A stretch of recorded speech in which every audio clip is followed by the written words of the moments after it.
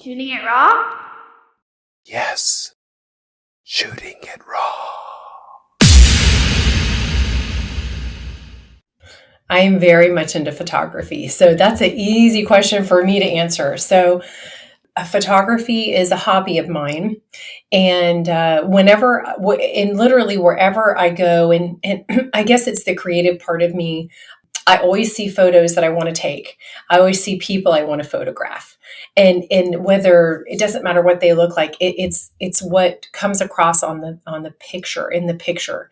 It's what comes across the page. It's what emotions can we evoke from someone, help them feel, help them experience. So to me, photography is a very deep form of creativity in our life. And also, of course, it's a way to capture memories that we can go back and look at our children when they're little and have those warm fuzzy memories, and or a great family photo or something that happened in our life. But I know that because of being a writer, when I'm in nature, there are metaphors I see everywhere, and it always is. It never fails to inspire me to write something, to feel something, to experience something. And a lot of times when I'm by myself, my daughters are really creative. One of them's an artist, and so sometimes I'll find myself taking a picture of like just this light hitting a leaf a certain way, and I'll send it to her. Even if she's at school, I'm like, oh, look at this, and I get very excited about it. So.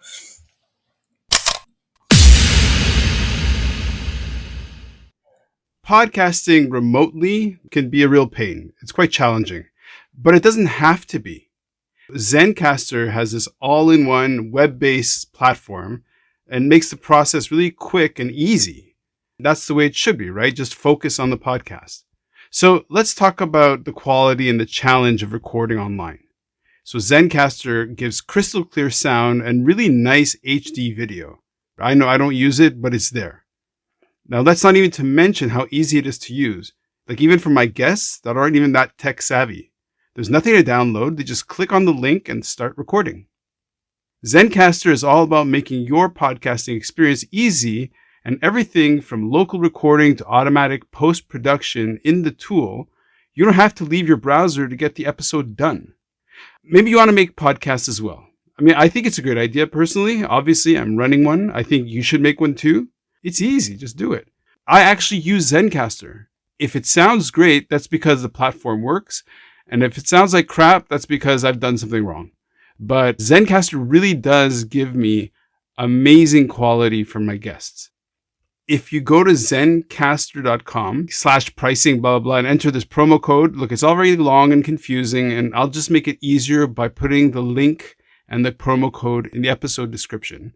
If you do that, you get 30% off your first 3 months. So that's actually pretty sweet. So look in the description for the link and the promo code, and then you get 30% off to start doing your own podcast. Do it. Go for it. Zencastr.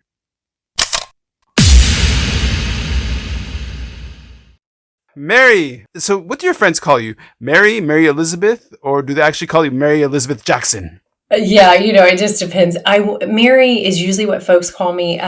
Mary Elizabeth is my writing name. So there was not a Mary Elizabeth when I got published. And I was like, okay, there are Mary Jacksons out there, but there's no Mary Elizabeth Jackson. So that's what I'm going to go with. So either one is fine. Okay, well, so happy to have you on the podcast. Guess what? You are special. You're a very special guest because I think it's episode 104 or something. But more importantly, you are launching season 3. So well done.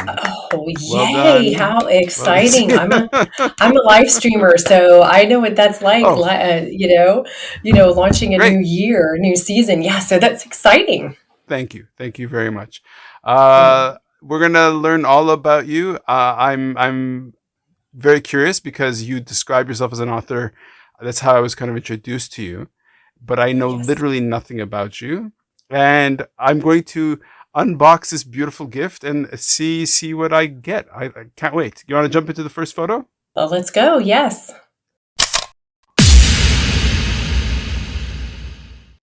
Okay, so it's not an image, but it's a logo, which is totally fine. Shooting it raw, there are no rules. So I'll just describe what I see. So there are, at the top, it's a very smart graphic because it's 3 circles. One is at the top is pale blue, one on the left is purple, one on the right is orange, and the negative space between them is like a puzzle piece. And underneath it, it says Autism Tennessee, educate, advocate, celebrate. Oh, which purple, blue, and orange. Clearly somebody's thought a lot about this particular graphic. So walk us through it.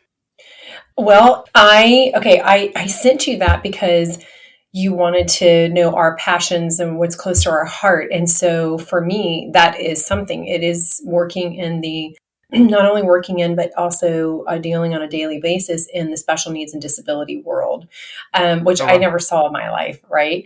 So I have 2 children on the spectrum. I have 3 total. My youngest son is 8, and he's autism level 1 with sensory processing, language processing, and a whole bunch of other things as well. But I am an ambassador advocate for Autism Tennessee.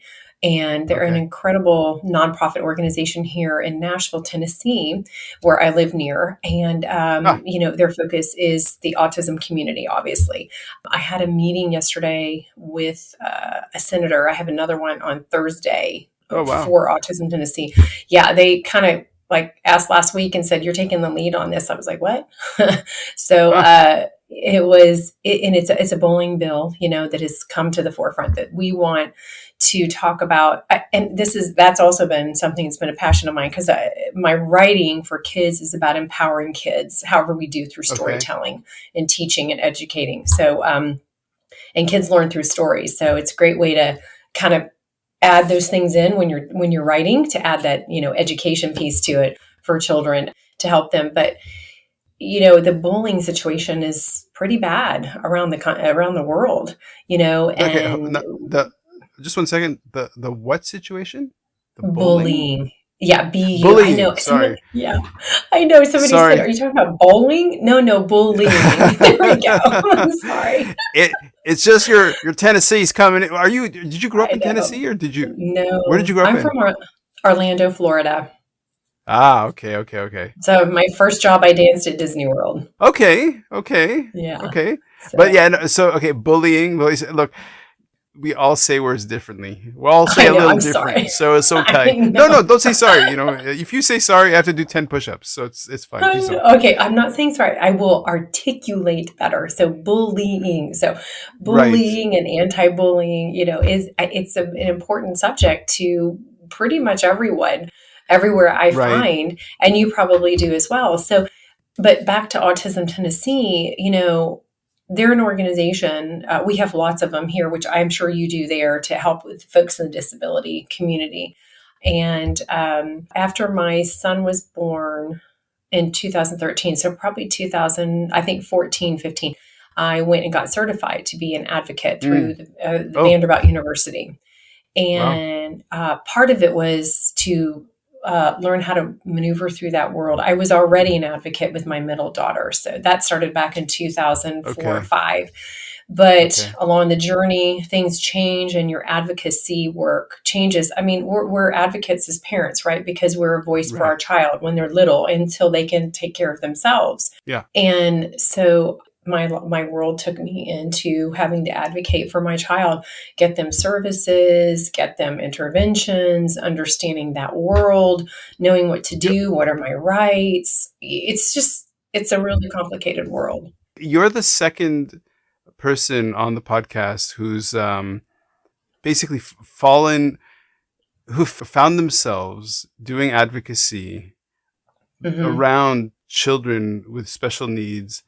I think the woman who's on before happens to be based in Canada. She went to high school with me. We went to high school together.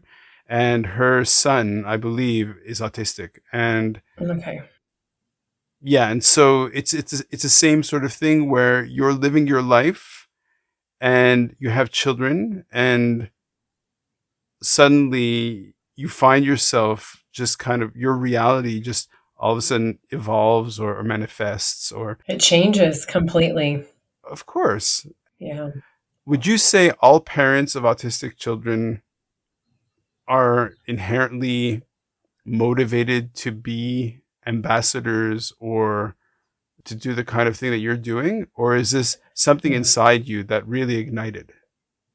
Yes. Yes to the second part. I don't, all parents are not interested in taking advocacy further than, just trying to get their kid what they need. Yeah.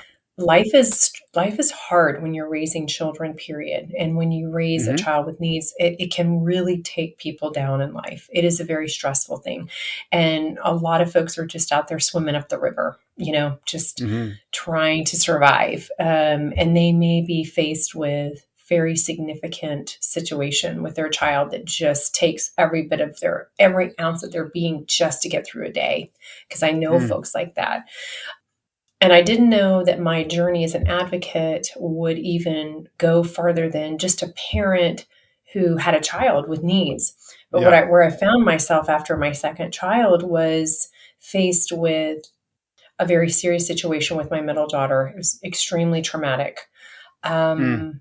We went through a legal battle, and Oh, it changed my life completely 100%. As a human, as a wow. mother, as an Yeah. individual in this world, with faith in man, faith in God, faith in the legal system.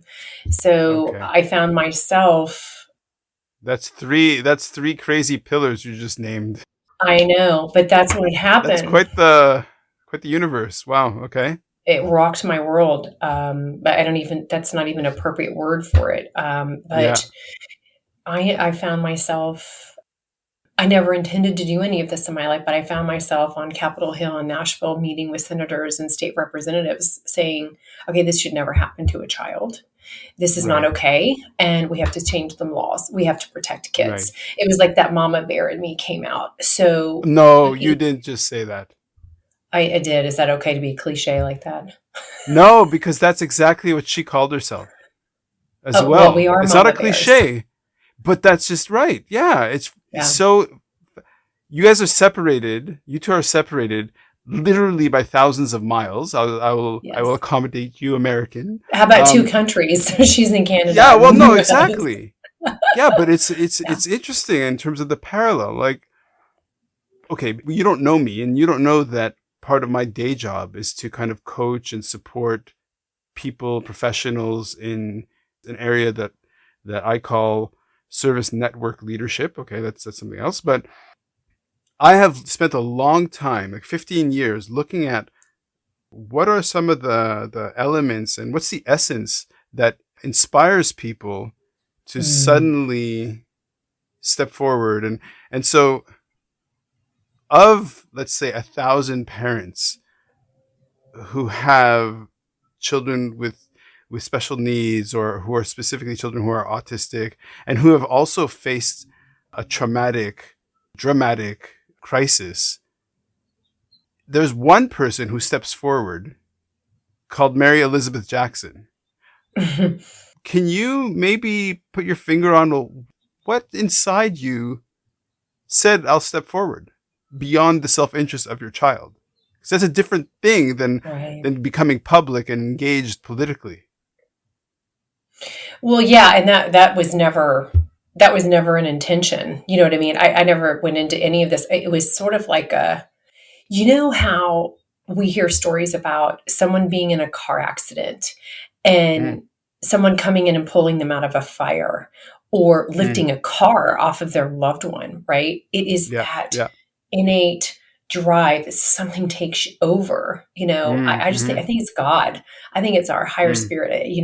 It just says you go into this zone of complete hyper focus like nothing mm. else that you ever experience in life. And you know what you have to do without a shadow of a doubt. You may not know all the details, but you got to get that car off that person. And all Right, the right, right. details are just things that go with it. Your one goal is to get that car off that person, or pull them out of the fire. And so for me, that's what it was like. And it's interesting as I've gone through this journey, because now I've been on this journey since 2004 and a half, I guess. Oh, wow. Um, and Wow. and how long it's changed. I mean, how different it looks now, because now I am an ambassador advocate for Autism Tennessee, and I'm an advisor for advocacy for it's a global for-profit called Billion-Strong, and they make sure companies all over the world hire people with disabilities. I have an Okay. online TV show devoted to this world.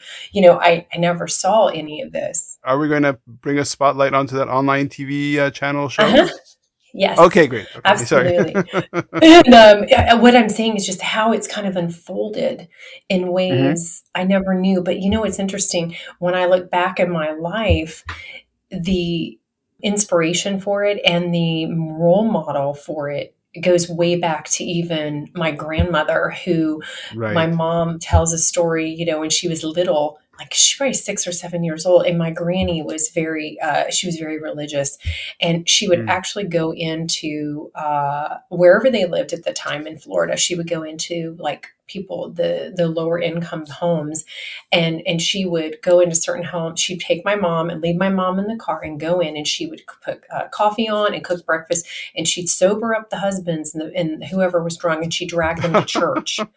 Okay, Okay. so you know she's a little Wow. 5 foot Wow. feisty, you know, but and I never got to see that part of her. But when I was growing up, about the age of 7 or 8, my mother went back to work, and she worked Mm. for a college in Orlando, and that was in the 70s when the laws were just coming into place for Right. IDEA and FAPE and all that stuff, and she was put in the department for handicap, which is interesting. That's the word they still use back in the Yeah. 70s. Yeah. And so she had all these handicapped students, disabilities. They had no services. They had Right. nothing for themselves. So my mother, not knowing what she was doing, went in and started writing grants to get money for them for programs. And she created all these Nice. programs for handicapped students. And then she trained across the country in the US. And those programs are still used around the world Oh, for wow. students.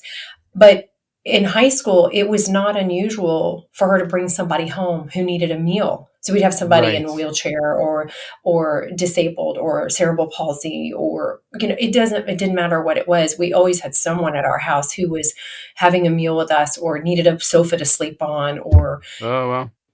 so I never realized how much that influenced my Hmm. adulthood Hmm. until I Hmm. got into this and then looked back and went, wow. Mm.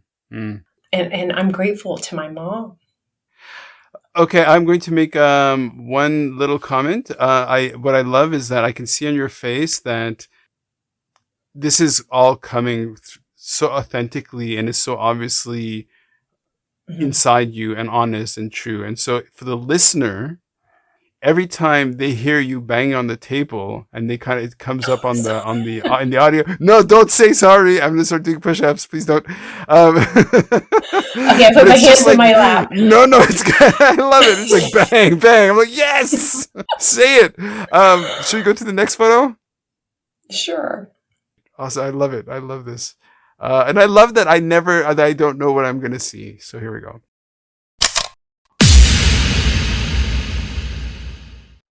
Oh, I'm sorry. Yeah, what? okay. We don't know, right? No, this is great. Okay, so the title is called Cheers from Heaven, and it's a book jacket as a graphic. Uh, so the title says Cheers from Heaven. There's like a sun. It's more of an illustration than an actual photograph per se. There's 5 young, I'd say kids maybe, on a kind of on a brown blanket on the grass. Illustrations by Lily Grace Jackson. There's a name Thornton Klein. I'm not going to read everything. On the back, there's a bar of soap that says Cheers on it. And Actually, it's a postcard. oh, it's a postcard. Okay, so why don't you walk us through what this is? Okay, so yeah, this is another pride and joy of mine. So Nice. this is my middle grade reader that launched October 19th. And we had so much going on with the book. And then at Christmas, about December 17th, my whole family came down with COVID, and it was really bad. Oh, So like, wow. Oh, I wow. only started working again about 3-4 weeks ago, and Oh, wow. am going back to promoting this book because there was a huge Mm-hmm, gap in mm-hmm. there for that reason. But yes, this launched October 19th. It was started writing it in 2018. It is with my co-writer, who is part of my children's series that I have too for younger children. But this is a middle grade reader. There are several things that are really special about this, because it is a story that's close to my heart. Part of it had the true element in it from Thornton's childhood. And my daughter did the illustrations inside and the cover. Okay. So, nice. yeah, so thank you. So that's another reason it's special, because it's got one of my daughters involved, and she is published now, I think 4 or 5 times as an illustrator. She actually just spent, yeah, it's really cool. And her love is digital art. So this cover is digital art. And so the back, it does look like, I guess it does in the small, tiny photo you have, but it actually is a postcard, because there's a postcard involved in the end of the story. Okay. Yeah. So that's what that is. And I guess maybe we should have changed it a little bit to look like that. But it's a story about 5 friends. Don't question just because some chump on a podcast looked at it and said, "Oh, it looks like a bar of soap," or whatever. No. Like, the thing with the book, this is what's kind of fascinating and amazing. And it kind of echoes your character, in that to put out a book is to say, okay, well, like, you're an author, which is to stand up as an authority, right? Mm-hmm. So it's kind of like there's a certain self-confidence, self-esteem.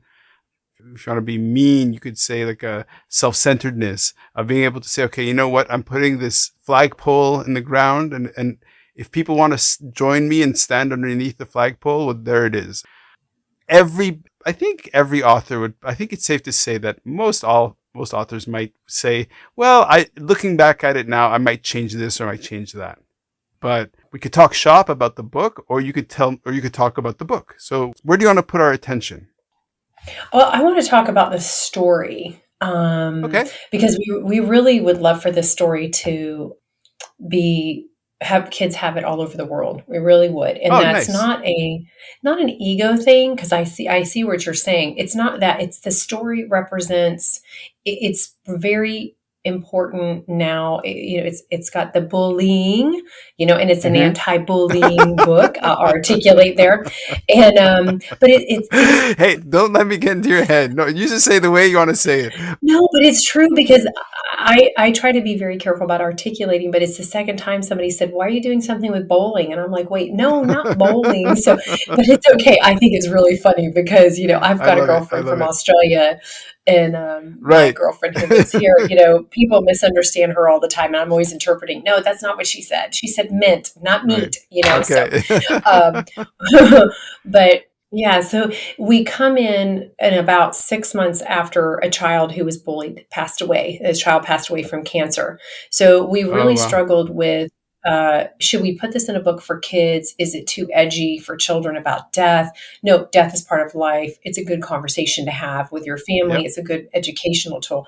Because I try and focus on the books that I write to be more than just a story, for them to have education in them and learning and teaching.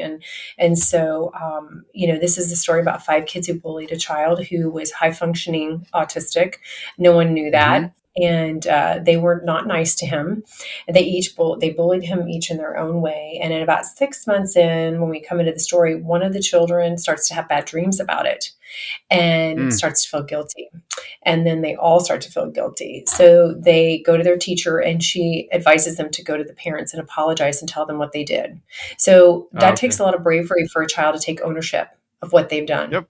But they need to at that age, that's growth, that's ownership and understanding what you've done in life. So you can be better. You can pivot if you need to.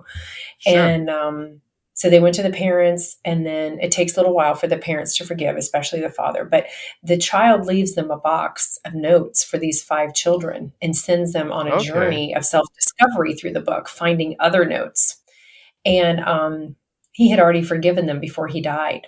So they end up learning how to forgive themselves, and they learn how to turn their whole school around, actually, in honor of this child, to be better students, to be better friends, to accept others' differences, and to be kinder. Sure. So in the back of the book, there's about there's about 12 applications in the back of the book that can be done with an individual child or groups of children or whole schools. Mm. So where can people who are inspired who hear this, other than in the description of this podcast, where can they find this book? They can go to my website, that's www.maryejackson.com, or they can find Mm-hmm. it on Amazon, and it's, Cheers from Heaven. Now, Mm-hmm. if you go to my website, the books are there. My children's series is there if you're looking for books for younger children, and those, the premise is about I'm perfectly made. However I came into this world, it doesn't matter. I'm Yeah. still loved. Yeah. And there are I am statements in there to teach children that language early. I am brave. I am strong. I can do this, Mm. But then I'm a part of a couple of collaborative anthologies. And so those are there as well if somebody's looking for some adult books. So, Okay. yeah. So I can get to know you a little bit better. You live near Nashville. Yes. Yeah? Okay. Yes. What is for example, I live in Hong Kong. Mhm. Right now, the backdrop, as we're speaking, is COVID is just like wildfire across Hong Kong, which has been really good to not have COVID, and now Omicron or whatever is just really. I mean, I think Hong Kong has now registered the highest mortality rate of all places. Like it's super, super high. So I live in a very urban space, cosmopolitan and all that stuff. So describe what's your setting and your environment to support you becoming sort of exploring being an author, because you need to have a certain structure to allow you to be an author. Well, for as well, I mean, a lot of us know now virtual is pretty much our friend these days. I do have a public event. See, COVID, we've already been through the Omicron here. So everything is and I'm so sorry to hear about where you're at. I really am. It's sad to hear that. And my prayers go out to where you were at and those families losing folks and how difficult it is. But you don't almost even hear it in the news right now, because mostly what you hear in the news where we're at is about the war going on. So Right. it's interesting that vaccinations aren't being talked about a lot. COVID isn't. There's, hardly any cases in the hospitals right now, except for other things that existed prior to, right? Because I have friends in the medical field, so they, I keep up and ask them questions about it.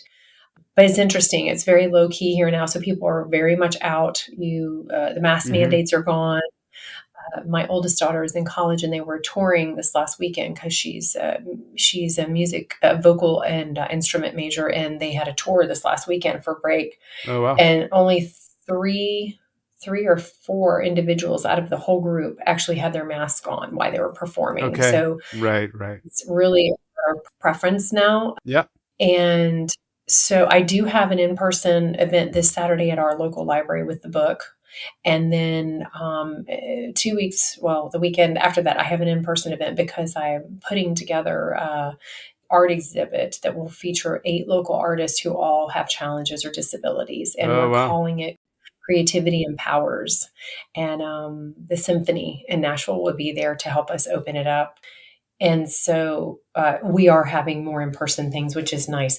But I think virtual is still where we're depending a lot as an author to reach audiences. Just like us right now. Right. Interviews are very, very important. And it's amazing how many there are. So many people have jumped on the bandwagon of live streaming and podcasting. And, it's interesting to see, because I've been doing it 3.5 years. So it's really grown. Okay. Awesome. So let's just remind listeners once again from this book, Cheers from Heaven. It's a middle grade reader. Middle grade reader. What does that mean? Yeah. So it's not really written as like a novel, or what is it? Well, it's the ages. So it's that genre title. You have your younger, your children's, and then middle grade reader, then you go to YA. So it's really like ages 8 to 14, but it really does have lessons in there for any age. I have adult friends who've read it. So But yeah. Okay. Would you like to move on to the next image? Sure.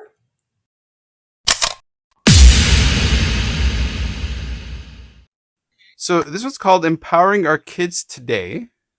And is that you standing in a classroom? That is you, or that's somebody else? I'm at a library. Actually, no, I'm at a school, an elementary school. Yeah, that was Okay. before COVID. Right. So yeah, clearly. So the photo is in a kind of a classroom. It's very fun. So there's like, It's actually a library. oh, it's a library. Okay. Yeah. Open space, a whole bunch of kids who look like between the ages of say 4 and 7, I guess 5. I don't know. It's there. Yes. So you're standing there. You're gesturing with a book in your right hand, and you're gesturing with your left. All the kids are seated very nicely, all facing you. Hands are up in the air because they're either answering something or they want to interject with something.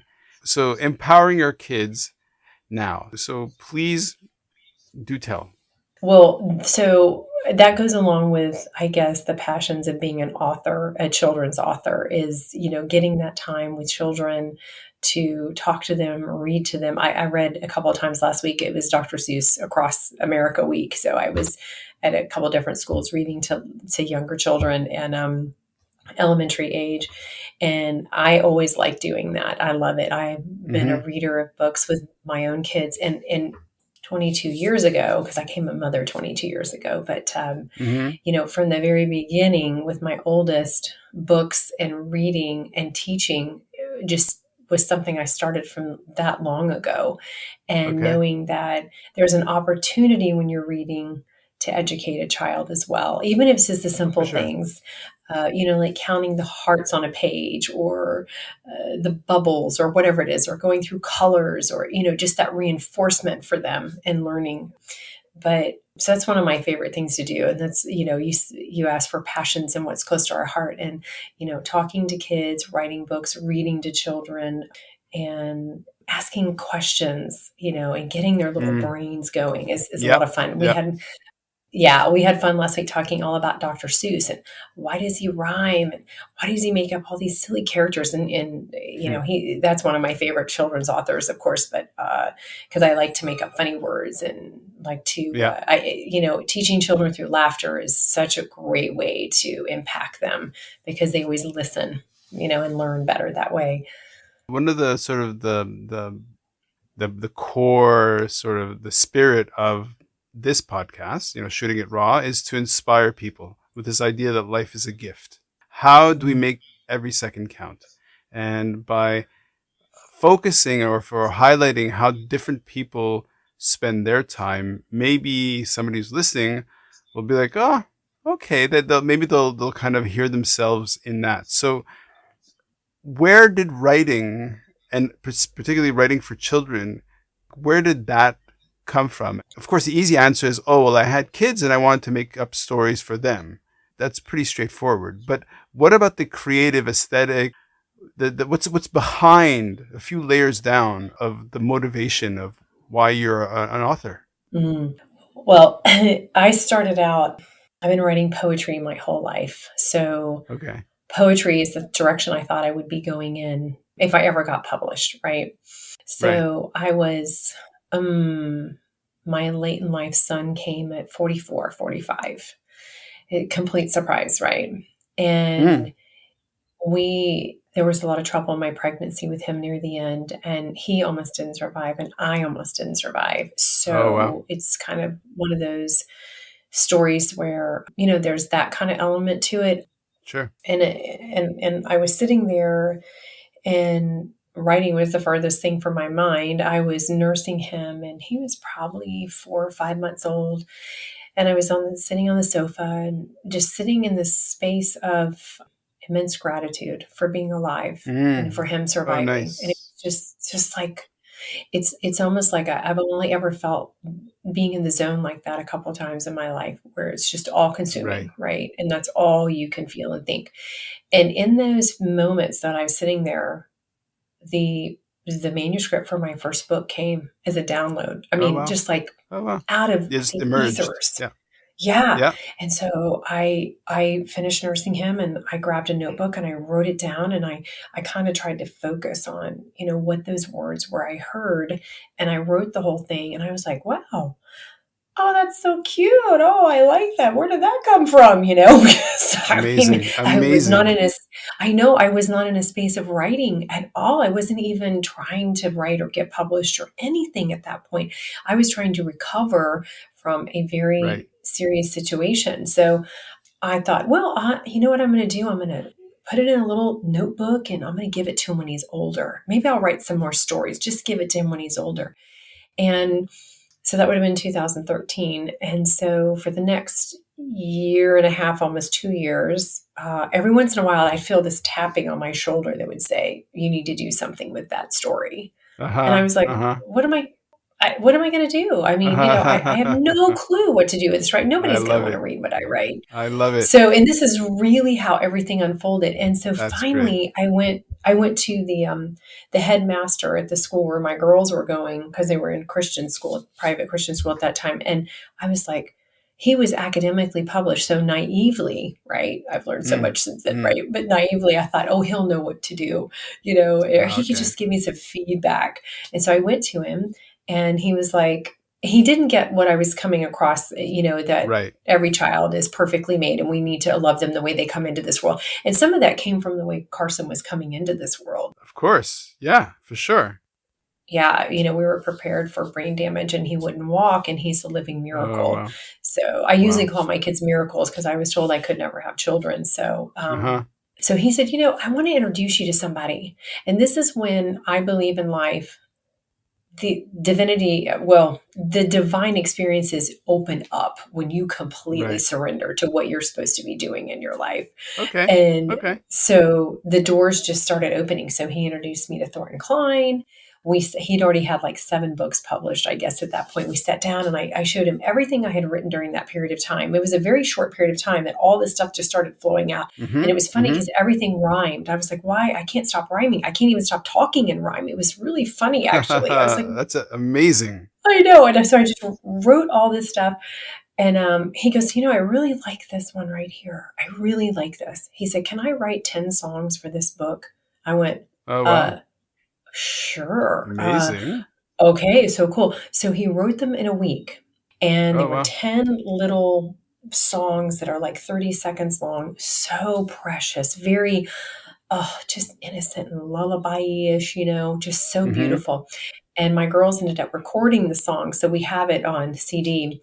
And then the next thing I knew, we were sending off to find a publisher. And so got a contract so we met in 2015, had a contract by August of 2016 or something like that, October. And then we were published 2017, February 9th. Amazing. And What's the title of the book? oh, okay. I'm going to show you the cover just so you can see it. Okay. There's This 3 of is them a in here. So when podcast. I know, but I'm going to show you. Okay. I'm going to show you. Is that okay? Okay. Okay. So this is one of those, I made up the words. Okay. Okay. So can you see that? Can you see that? Perfectly. No, you have to move it over 1 Precious. second. Okay. Perfectly precious. Poolicious. Poolicious. Poolicious? Yes. Poolicious. Perfectly Yes. precious. Yes. Poolicious. Love it. Love it. Yeah. My first degree was in creative writing, and my Okay. specialization Cool. was poetry, right? So Nice. So we're kindred spirits here. yes, poolicious all the way. I know, right? Yeah. And I know that's Love it. one of the things when I'm reading to kids, I'm like, okay, so we're going to have a moment. We're going to talk about silly words because look at this crazy word I came up with, Okay. And so the 3 titles that was the first one. And then there's Poolicious, Look at Me. And then there's Poolicious, Oh, the Wonder of Me, because it's about the Okay. wonder of being 4, 5, 6, and you have things that don't match. Like maybe your toes Yeah. are funky, you have big ears, or you wear your clothes inside out, but you're still Yep. perfectly made. You're still Absolutely. amazing. I Yeah. love it. So yeah, I love that. Okay, so this is less of a presentation and more of an exchange, right? So we're just talking and we're just riffing, and you go through this very traumatic, scary experience, and you come out of it, and our brains are incredible, and yet we have these experiences happen to us, and you sleep on them, And certainly the first 3 or 4 months of a newborn are just so brutal, and it's just so difficult. Yeah. And then once you come out of it and you're having a quiet moment, and it's like you've been through, first of all, you've been through the near death, the shared near death experience of both you and your son, and then you've both survived. And after the third or fourth month, by the fourth month that you're sitting there nursing him and you're just having this connection, and you're just like, hey, wait a second, we're going to be okay. And then what emerges is, as you say, is all of a sudden it's like, it's like something in your subconscious said, okay, this is how it has to be expressed, right? Yeah. What you don't know is, my wife and I were in a near-death experience as well. And how I came to interpret it, or how I was able to wrap my head around it, was to actually put it into words. And in a way, even though what you wrote is simple language, it's actually extremely complex. So this Poolicious book is actually an amazing snapshot of that time. It's like an artifact of your brain that you've shared with the world, and it's quite amazing. That's a beautiful description. A snapshot of your world and mind. I love that hashtag, right? That is so beautiful. I mean, it's just that was a really beautiful way to put it. I've never ever thought of it that way before. So thank you for sharing that. Oh, absolutely. And one of the things that, okay, so somebody who's been in 3 near-death experiences, people like, and You in a way the have? podcast, yes. I'll tell you about them some other time. Okay, I want to hear them. I want to hear them. Okay. But the thing that really lasts and it saturates the podcast is this idea of like making every second count. It's basically gratitude and thankfulness, right? Like every day is a gift. And that gratitude, I can totally, so when you're talking, and I could see in your face, and I could hear in your voice, talking about that gratitude of actually having a quiet moment with your son, that you guys, I mean, you went through such hell or difficulty or It was scary. this. Yeah, for sure. I hear you. Now, how do we connect that to the image of you sitting in front of a classroom, empowering our kids now? That's about children need to understand that however they come into this world, however the world may view you as broken, you are not broken and you are Oh, okay. beautiful. And that's Oh, how you're amazing. the connection is. Oh, thank you. I'm going to tear up. I'm going to tear up about it. I'm going to try not to here, but it's talking to me in the morning. Nobody should have to do. So I am sorry about that. But, thank you. No, listen, I have a show. No, I have a show in an hour. So we are good. Oh, wow. We are Okay, I good. love it. We are good. So yeah, I mean, I was like, this is okay. And my producer lives in Cape Town, South Africa. So we're very different time zones like you and I are. So I'm used to that. Okay. Shall we move on to the next image? It goes by very quickly, doesn't it? I know. Well, see, and I only do half an hour that goes by so quickly. And this is going by so quickly because, there's usually so much to talk about, isn't there? Well, because you live in your own shoes. You're habituated, and then it's like, it's the normalcy of just how you see things. But then you're kind of like an extreme sports person that you're welcoming me into your world. And it's like, and you write these books. I could do this all day long. I love it. Oh, me too. I love talking to people. And that's why, I'm thinking, I want to talk to you. I want to find out your background too, because I interview folks. And so I love to know what inspires somebody, what motivates you, how did you get where you are? Because everybody has a unique story.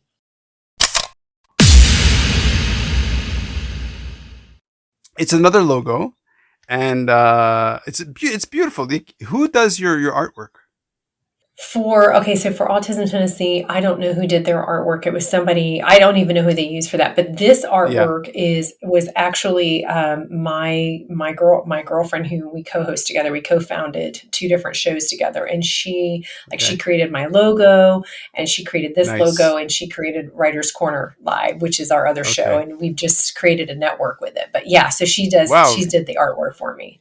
You're amazing. Okay, so what it is essentially it says special needs TV, and it says at Mhm. specialneeds.tv, and it's a heart where part of the heart forms a kind of a figure of a hand or an arm, sorry, in this beautiful red, which is super emotional, I guess. So why, when talking about your life and what's important, why? Well, it is partly we've been discussing about how much a part of my life it is, and I didn't even send you pictures of like the beach, which is my favorite place in the whole world, right? Because I'm a Florida girl, the sun or Mm, nature, or my mm-hmm. family. I was like, I wonder, should I send you a picture of that? Because that is my heart, my family. Yep. But when I was going through this journey, and I still am, right? As long as you're parenting a child with needs, you're on a journey. I remember feeling so lost and so alone, Mm, and I know other people feel that way. So mm-hmm. I feel like it's important to give back with using sharing information, sharing Mm, knowledge, sharing resources, sharing tools that help and work. So mm. people don't feel so alone, because a lot of times when you get a diagnosis for a child, a person doesn't know what to do. They don't know where to For turn. sure. They don't know where to look, and they feel so lost. And I remember being there, and it's an awful place. And it's just kind of like, it's like with writing, I didn't know what I Mm-hmm. was doing. And Thornton kind of came in and scooped me up, and we're going to be doing some recording on Thursday. So, I mean, we're still work together a lot, but Wow. Yeah. it was, even for writing, folks will ask me questions, and I really try to. That's part of the reason we have the Writers Corner live show, is to share those resources with people who might be wanting to write or not sure what to do. And so that's part of where the Special Needs TV came from. We started with Writers Corner Live. This was another God thing. In Mm, okay. 2017, God just said, do this show. You need to do Right. something, sharing stories of authors and giving them a platform. And I was like, I don't know what to do. Right. What are you talking about? It was another situation, right? I don't know what to Yeah. do. Yeah. And Yeah. so Bridgetti and I wanted to do a show together. And I said, hey, listen, this is what came to me. This is what I was told. Let's do let's do let's do a show about it. Anyway, so 3.5 years later, here we are. Now we started, we in the process, in the last couple of years, we created Special Needs TV, which has been on hiatus for a while, but I'm starting it back up after recovering Okay. and all that stuff. But we're creating Writers Corner Network, which is on YouTube. And we have got one show under us that's another author show. We're getting ready to bring another one on, which will be another author Right. show. So it'll be, I don't know what's going to happen. We just know we're kind of going with the flow. Sure. Sure. But something that I don't really talk a whole lot about unless it's that kind of interview is being an empath and being an intuitive, and how Okay. much that guides us in our lives when we can tune Yep. into that part of ourselves that exists for everyone. you Yep. know so I do know that when I have surrendered to the path or the journey, it's amazing the doors that open, Right. but it doesn't mean that it's not scary. I Mm-hmm. mean, there are a couple things I've done here we've talked about today. I didn't know what I was doing. Right. Right. Right. So Right. So when did you really fall flat on your face? wow.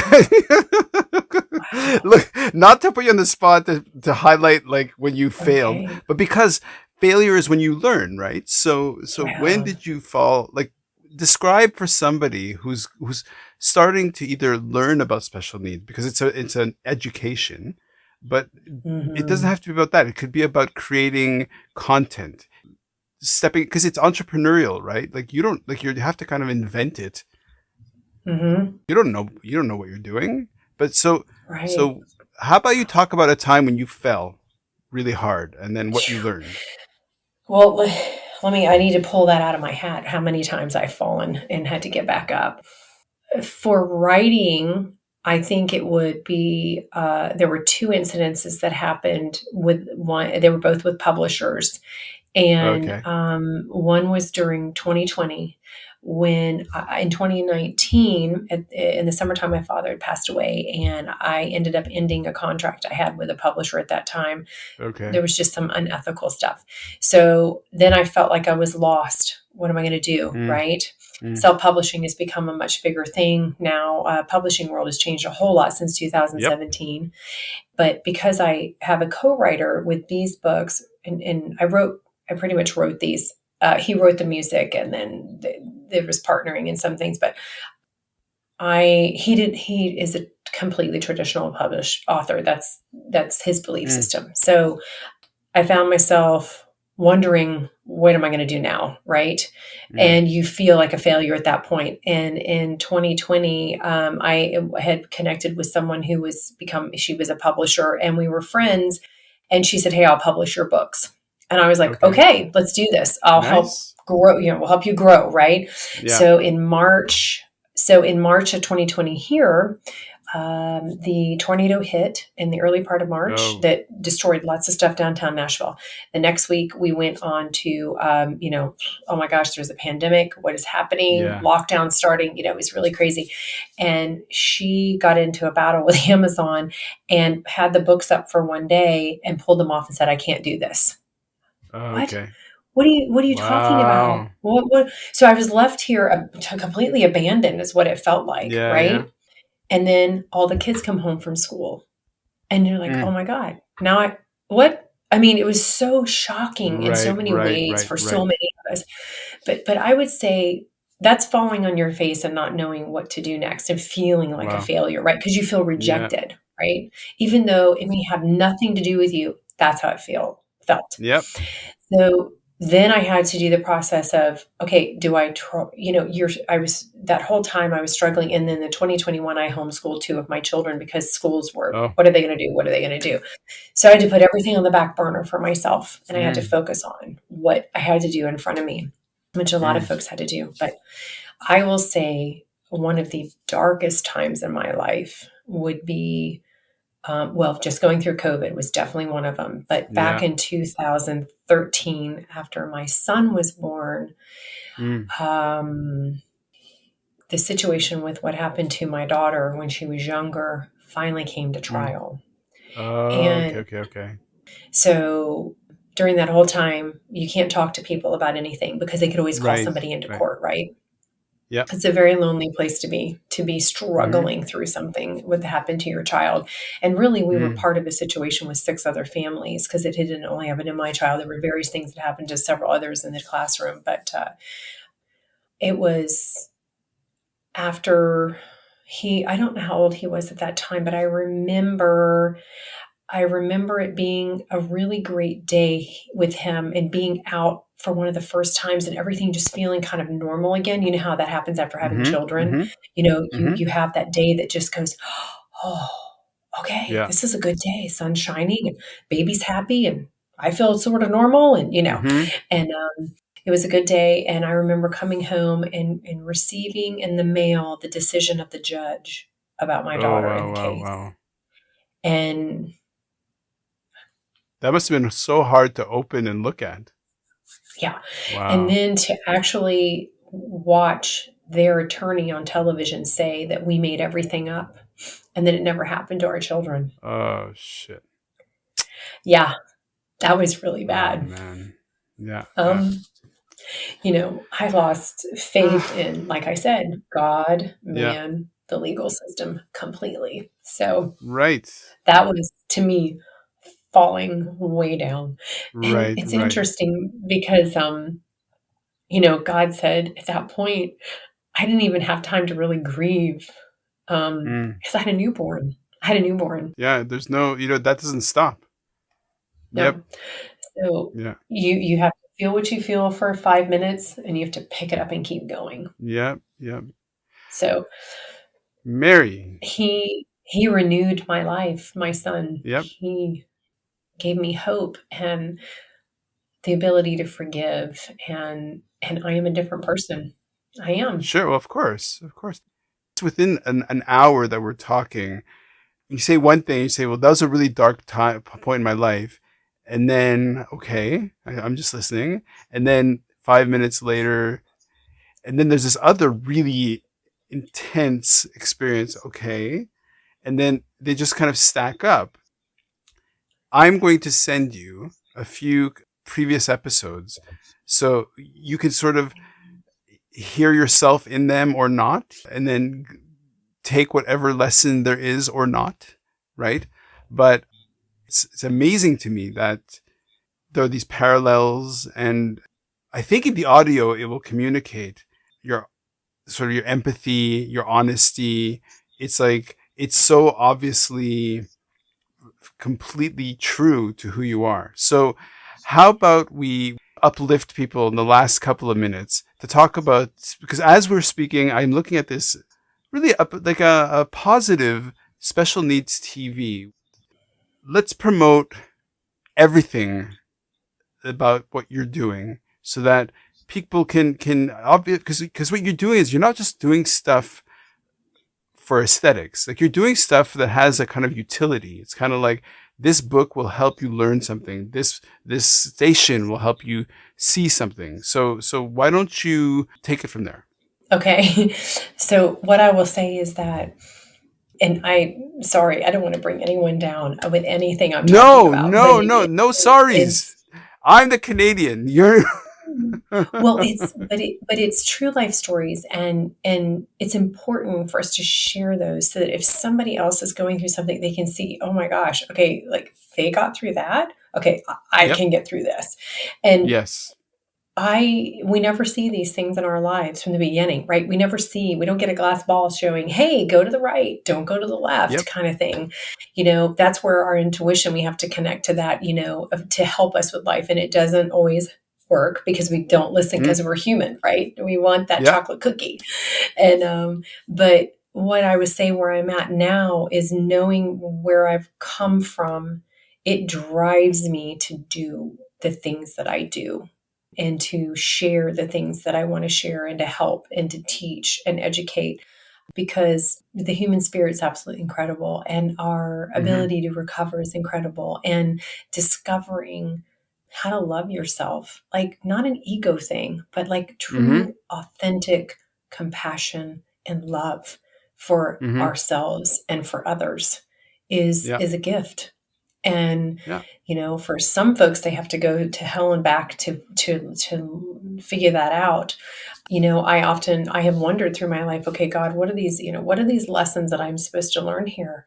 But we have to also do that so we don't become a victim. We have to be a victor in our life. Yeah. So, I think that that's very important to realize that. And that's how you are able to overcome, is to realize, okay, I am not a victim here. What happened was not okay, but I'm gonna rise above this, Right. So the books I write, I've got an adult book hopefully coming out this year. It is a motivational book about following up, about, everything we do in life, we have to follow up on in order to have success. Okay. I mean, even eating healthy down to brushing your teeth, right? You don't follow up the brushing your teeth are going to fall out. So basic, simple, understanding principle. But it's important to write educational books that are also entertaining, so that you kind of get a 2-for-1. And the shows are meant to inspire. We've interviewed so many amazing authors, New York Times bestsellers, international bestsellers, award winners, Hollywood star writers, and it's been so fun to meet these people, share their stories, and share what it makes them successful. What is their ingredient for success in their life? And then the special needs is all about helping folks understand about getting a diagnosis. If you think there's something going on with your child, don't let a doctor tell you no. If your instinct and says, okay, my child's doing that, and I know that's not like, maybe that's a little different, or I need to ask about it, keep pushing until you find someone who will listen to you, Got it. So. Woo! Mary Elizabeth Jackson. Believe in yourself. Right. Writing is so important. Like, I write all the time, because it's not just for folks, because I'm a ghostwriter too. And like right now I'm in the middle of 2 projects for clients, but I also write for myself. And sometimes it's just about the day, whatever you know. Yeah, no, I got it. Thank you so much. I really appreciate it. Thank you. Yeah, you're a force to be reckoned with. Like, I'm just like, don't forget to brush your teeth. Don't forget to floss. You're so funny. I love it. Okay. Thank you so much. Oh, thank you so much for having me. I really enjoyed it. We've had a good time. Shooting it raw? Yes.